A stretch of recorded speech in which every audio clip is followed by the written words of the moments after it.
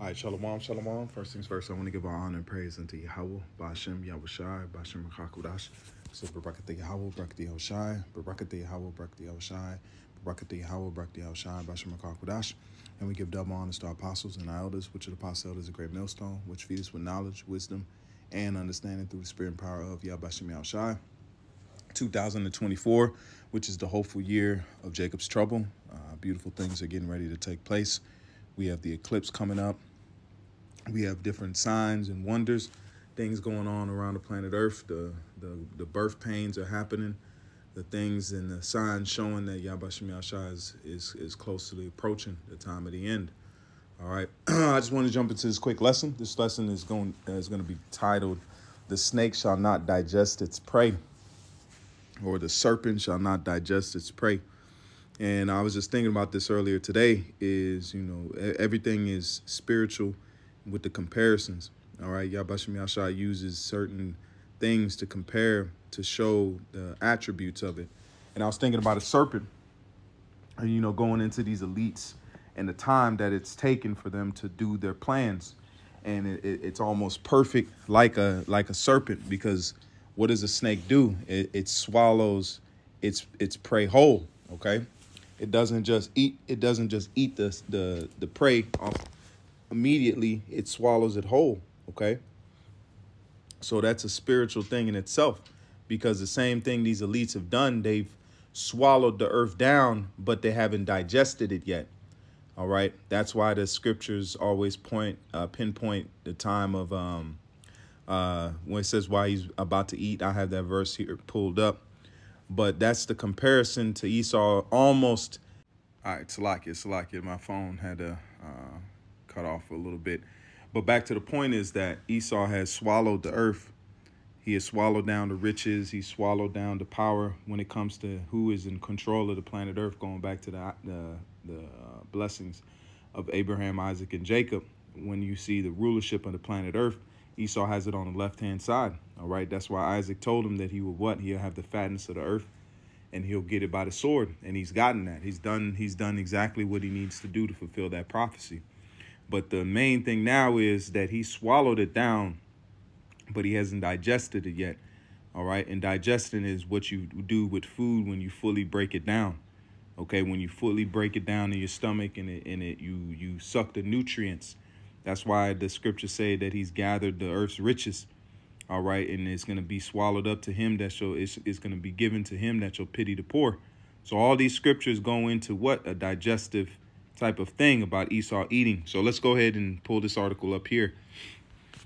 It says snakes swallow their food whole. Sometimes their meal are a small rodent, while snakes like pythons and boas can eat mammals like ibex whole.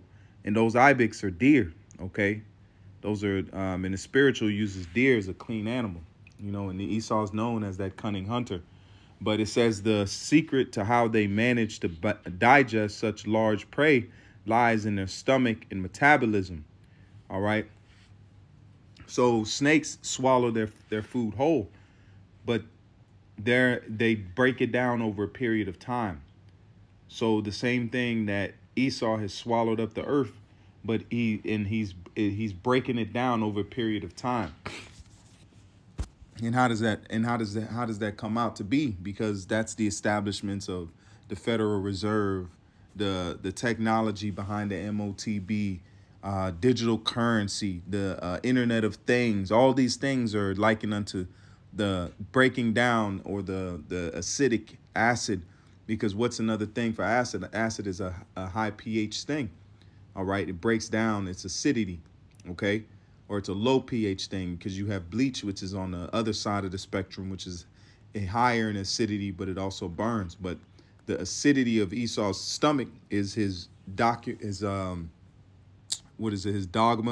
his supposed democracy, all these things that he set up to help him push the agenda and push everybody into that one world order, that new world order, if you want to say that much. OK, but that's what the main goal. And we've seen different men come out that have brought out information about what the plans are, in the scriptures about it out plainly and clearly to those that have the spiritual eyes. And it says every nature documentary on snakes seems to have a scene dedicated to a snake swallowing its food whole. Every grim moment is followed by the camera as the snake inches its jaws slowly over its victims. Same thing with Esau.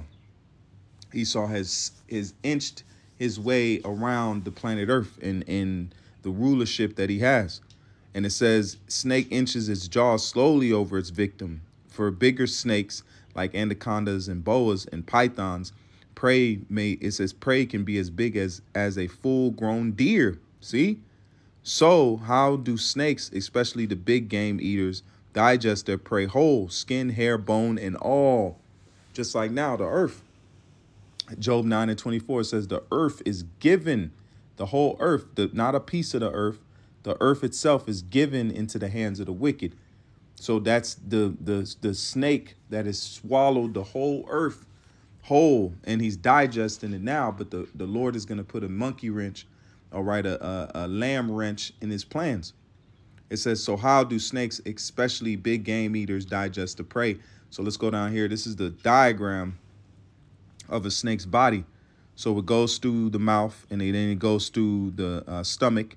And the stomach usually is the size of almost the size of the whole snake because it needs room for the digestive tract at the end. OK, so the Most High is cold with his creations. That's why he used the serpent as the example, because the serpent, it doesn't chew its food. It swallows it whole, then digests it. So Esau has swallowed up the earth as its resources, its power structure, but he's digesting it slowly. And what is the digesting process? The digesting process is Esau setting up these different things that help move towards the goal of what? The one world order, the controlling of people, the implementation of a total, Orwellian state. Okay, so that's what you see happening right now. All these things are taking place right in front of us. So the Lord was on point where he compared it unto a serpent. Okay, so that was the main point. You know, I'll show the graph here. There's different videos, too, that you can watch on the digestiveness of a serpent right here. It says, how does a snake digest their food? You can play it. It doesn't have that many hits, but, you know, you can go through and look at it because you know that it swallows its prey whole. It doesn't just bite on it and just, you know, eat it piece by piece. It does it whole.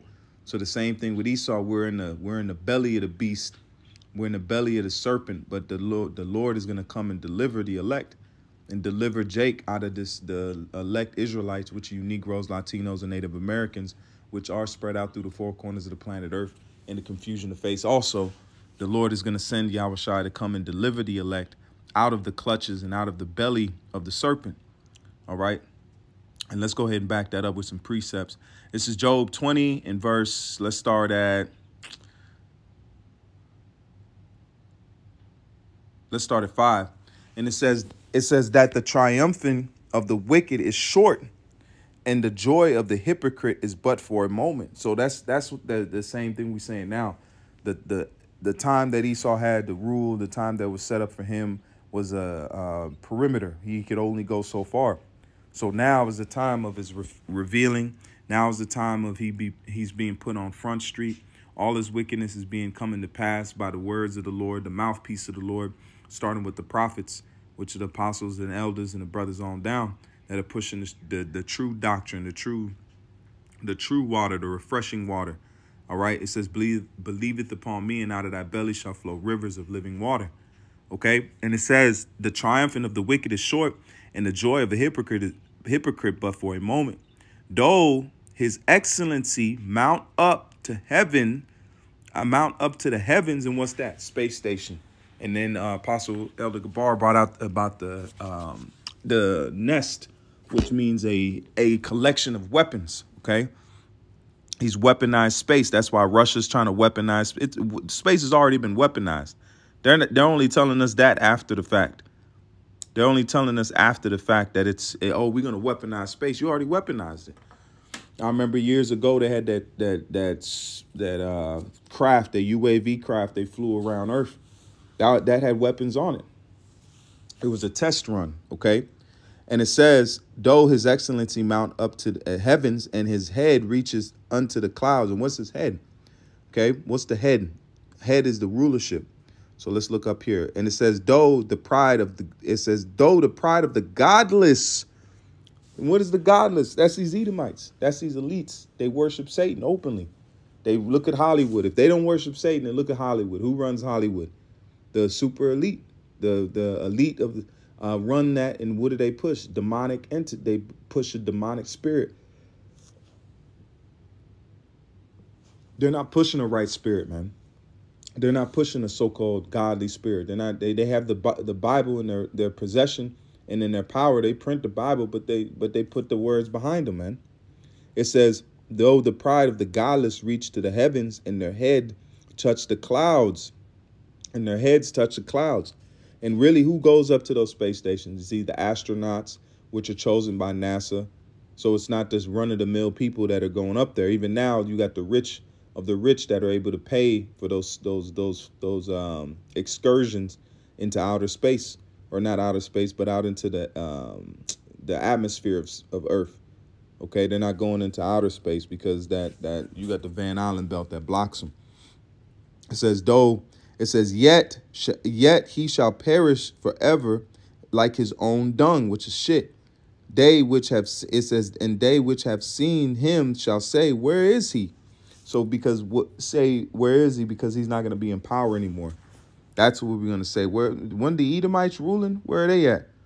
Okay, so there's going to be a time where Esau's not going to be in that power seat. It says he shall fly away as a dream. That's just like you wake up from a dream. You can remember some of it. We're going to remember patchwork of Esau's rulership. We're going to have to go through the archives to look it up, because 1,000 years, that's a long time. And them 1,000 years are going to drag. They're going to be a long 1,000 years. They're not going to be short, because the days are going to be slowed back down. Like the Heavenly Father said, the days shall be, for the elect's sake, those days shall be shortened. So the days have been shortened drastically. A week feels like 3 days now, man. I mean, for real, by the time you get done breathing, it's almost Wednesday. And then guess what? Then tomorrow's Thursday, Friday, and then the weekend again. So the weeks feel like 3 days, man. Okay. It says, yet shall he perish forever like his own dung. They which have seen him, Salakia, it says, and they which have seen him shall say, where is he? He shall fly away as a dream and shall not be found. Yea, he shall be cast away as a vision of the night. Okay. And it says, the eye also which saw him, what you talking about, the main eyes, you Israelites, because that's the one that is he's oppressing the most. Okay. And that's going to be the one that's going to be asked, because we're going to ask them. The Edomites were ruling. It says, which saw him shall see him no more, neither shall his place any more behold him. And his place goes into his rulership. All right. His America, different places that he set up around the world, because the earth is going to still be here. Nations are going to still be here. But parts of the earth are going to be ravished by this Third World War. It says his children shall seek to please the poor, and his hands shall restore their goods. And that's what you see happening right now. Oh, the different movements and different things that's popping up to try to so-called heartfelt with Jake. All right. This says, though, this is the part this is the main point here. Though wickedness be sweet in his mouth, though he hide it under his tongue, it says, though he spare it and forsake it not. That means doing everything that he's doing, the splicing of genes, the GMO, all these things, the rape, rob, and murder, the lies, all the unrighteous deeds. The list goes on and on, man. He's adverse to everything that's in the scriptures. Mold law, the land Sabbath, all the things that are in the scriptures is righteous, he doesn't follow. And we can clearly point that out. We're not saying something that's far-fetched. Okay. It says, though wickedness be sweet in his mouth, Salakia, let me just jump down. Yet it says, though he spared not, forsake it not, but keep it still within his mouth. And that's also his blasphemous ways. It says, yet his meat in his bowels is turned, and its gall is asp within him. Shalakia. Yet it says, yet his meat is in his bowels is turned. It is the gall of asp within him. Snake. Okay. And it says he has swallowed down riches. See, he had swallowed. Salakia, I wouldn't even try to pull that. I wouldn't even try to pull that one out. I wasn't even trying to pull old Wicked TV. Have you ever been Salakia? Okay, it says he has swallowed down riches, and he shall vomit them up again. Okay, so the Edomites, the elites, the ones that have ruled this earth in the shadows, they're gonna vomit up everything that they swallowed down. Okay, the resources, the gold, all the things in those bunkers, man. Okay, it says Yahweh shall cast them out of his belly, and he goes into the serpent. So serpents digest their food whole. So the earth, when the Lord, if he forces the serpent to vomit up the riches, they haven't been digested yet. That means the riches are they're still good. They're still usable. That's to show you that he hasn't digested the earth, as it say. Okay, because once something's digested, it's good for none, but it's making a parable. This is a dark saying, comparing the riches of the earth unto food to be digested. Okay, and Yahweh shall cast them out of his belly. He shall Salakia. He shall suck the poison of asp, and viper's tongue shall slay him. See, he shall not see the rivers, the floods, the brooks of honey and butter going into the land. All right. It says that which he labored for shall he restore. And how would he labor? It wasn't no righteous work. Esau didn't go clock in and work a hard day shift for the planet Earth and the riches that he's gotten. It's been ill-gotten riches that have gotten by deceit, riches that have been gotten by rape, rob, murder. The slavery hasn't even been paid for. Look at how rich America became off of the backs of the Negroes, Latinos, and Native Americans, man. Okay, so that's what it's speaking about. It's not talking about which he labored. He did a diligent search. That's why it says thou art wiser than Daniel. He's done a great search to know the things that he knows, to move the way that he moves, man.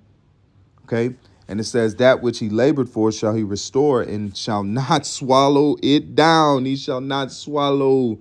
Okay, he shall not swallow it down. Okay, going back to the serpent, because the serpent swallows its food whole. According to his substance shall the restitution be, and he shall not rejoice therein. Just so same thing with those bunkers full of gold and rubies and stones, and the list goes on, man. There's probably miles and miles and miles underground full of all types of treasures, man. The ancient treasures. Treasures don't go anywhere.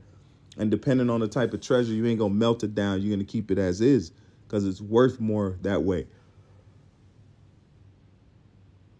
So the same thing what he saw in the riches that he swallowed down, man, he's going to restore that unto what he has. And in himself, it says, because he has oppressed and have forsaken the poor, because he has violently taken away an house which he builded not. And what's the house? Going into lands, going into places, going into the places that he's taken over through the sword and the blessing. Okay. And it says, surely he shall not feel quietness in his belly. He shall not save. It says he shall not save of that which he desired. There shall none of his meat be left. Therefore shall no man look for his goods. And that's going into his so-called New World Order, his GMOs, his polyester clothing, all the halfway, the poisonous toys, all the things go. The list goes on, man. But the main point is here in 23, and it says, when he's about to fill his belly, Yahweh shall cast the fury of his wrath upon him, and shall rain it upon him while he is eating. Okay, so that's saying the serpent is not going to be able to digest his prey. The serpent is going to not be able to digest his prey. All right, that means, so now we can picture a serpent that swallows things whole, that is digesting it. That's going through the plans that he's had throughout these generations. The culmination of all the wickedness coming to the time of the MOTB and the Internet of Things, and making, the world be put under that bondage, man, that digital chain. Okay. So the time we had now, the Lord is casting these things and making it well known who is the devil and what is the devil up to, man. All right. So that's just a quick lesson I just wanted to jump into, jumping into the serpent. And it's beautiful that that comparison was made. Now we can see, because serpents all digest the same way. They don't chew their food. All serpents swallow their food whole, man. So if the Lord making a comparison unto the serpent, just like Revelation, that old serpent, the devil, all right, that means we have to look at the attributes of the snake and then see why that comparison is there, and see how how Esau is really playing it out, man. All right, he swallowed it up. He has the control of the earth. He has the printing of the money. He has the military, the strongest weaponry, and the most advanced weaponry on earth. But that's not, he's still digesting it. It takes a period of time and effort and pretty much put it in the shadows, all right, till it's time to come out to the open. So Lord willing, this edifying lesson, I'm going to leave it there. I'm going to say, call Allah, Yahweh, Shem Yahushai, Bashem Rakak.